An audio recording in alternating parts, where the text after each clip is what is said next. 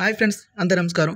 గ్రామ మరియు వార్డు వాలంటీర్లకు ఆర్బీఎస్ యాప్ అదేనండి. పెన్షన్ కానుక అనేది ఎవరికైతే వేలి ముద్దలు పడట్లేదో వాళ్ళకి ఈ యొక్క కన్ను ద్వారా సెట్ చేసి ఈ విధంగా ఇవ్వడం జరుగుతుంది.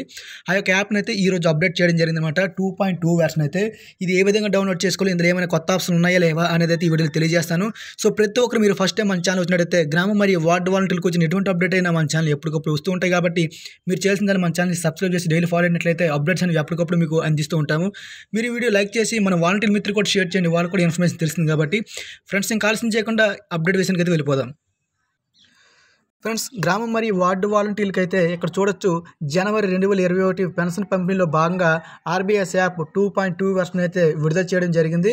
అయితే దాంట్లో విలేజ్ వాలంటీర్స్ మరియు వెల్ఫేర్ అసిస్టెంట్ ప్రతి ఒక్కరు మీ ఫోన్లో ప్రస్తుతం ఉన్నటువంటి ఆర్బీఎస్ యాప్ ఏదైతే 2.0 ఉందో అంటే ఓల్డ్ వెర్షన్ అనమాట, దాన్ని తక్షణమే అన్ఇన్స్టాల్ చేసి ప్రతి ఒక్కరు కూడా ఆర్బీఎస్ యాప్ 2.2 అయితే ఇన్స్టాల్ చేసుకోవాల్సింది అయితే మనకి అధికారులు చెప్పడం జరుగుతుంది. సో ఇప్పుడు ప్రతి ఒక్కరు కూడా అప్డేట్ చేసుకోవాలి కాబట్టి. అయితే ఆర్బీఎస్ యాప్ 2.2 వెర్షన్తో పాటు మాత్రమే మీరు జనవరి పెన్షన్ అనేది విడుదల చేయగలరని గమనిస్తారని కోరుకుంటూ ఈ విధంగా మనకైతే అప్డేట్ రావడం జరిగింది. సో ప్రతి ఒక్కరు కూడా ఎవరైతే మీ దగ్గర ఉన్నటువంటి 2.0 వెర్షన్ అయితే ఉందో దాన్ని వెంటనే అన్ఇన్స్టాల్ చేసి ఇప్పుడు ఇస్తున్నటువంటి మీకు లింక్ అనేది డిస్క్రిప్షన్ లింక్లో ఇస్తాను. సో ప్రతి ఒక్కరైతే దాన్ని అప్డేట్ చేసి డౌన్లోడ్ చేసుకోండి.